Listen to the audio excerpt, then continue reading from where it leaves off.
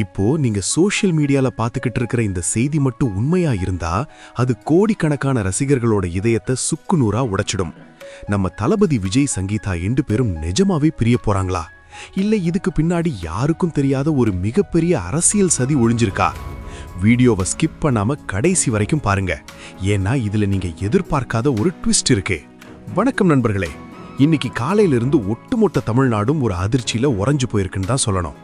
இதுவரைக்கும் ஒரு மிகச்சிறந்த தம்பதியா பலருக்கும் ரோல் மாடலா இருந்த நம்ம தளபதி விஜய் மற்றும் அவரோட மனைவி சங்கீதா அவங்களோட திருமண வாழ்க்கை இப்போ ஒரு கேள்விக்குறியா மாறியிருக்கு. பரவிக்கிட்டு இருக்கிற தகவலின்படி செங்கல்பட்டு குடும்ப நல நீதிமன்றத்தில் சங்கீதா அவர்கள் விவாகரத்து கேட்டு மனு தாக்கல் செஞ்சிருக்கிறதாவும், இதற்கான முதல் கட்ட விசாரணை வர்ற ஏப்ரல் 20ஆம் தேதி நடக்க போறதாவும் ஒரு செய்தி காட்டுத்தீ போல பரவிக்கிட்டு இருக்கு. இந்த செய்தி வந்த நிமிஷத்துல இருந்து தளபதி ரசிகர்கள் எல்லாரும் ஒரு விதமான இனம் புரியாத சோகத்துல இருக்காங்க. ஆனா நண்பர்களே, இந்த இடத்துல தான் நாம ஒரு முக்கியமான விஷயத்தை கவனிக்கணும்.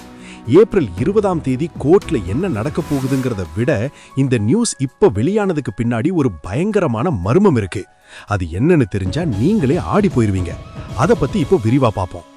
தளபதி விஜய் இப்பதான் ஒரு மிகப்பெரிய அரசியல் பயணத்தை தொடங்கியிருக்காரு.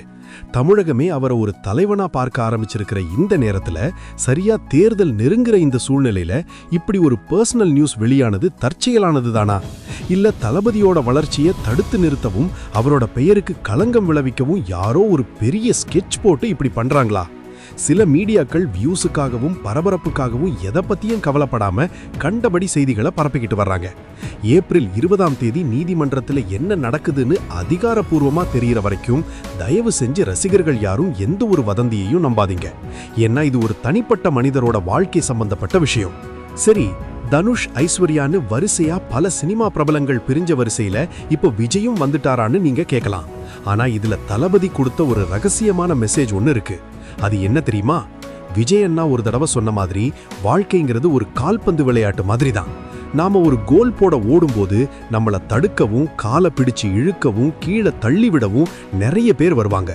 எதிர்ப்புகள் வரும், துரோகங்கள் வரும், ஏகப்பட்ட சூழ்ச்சிகள் வரும்.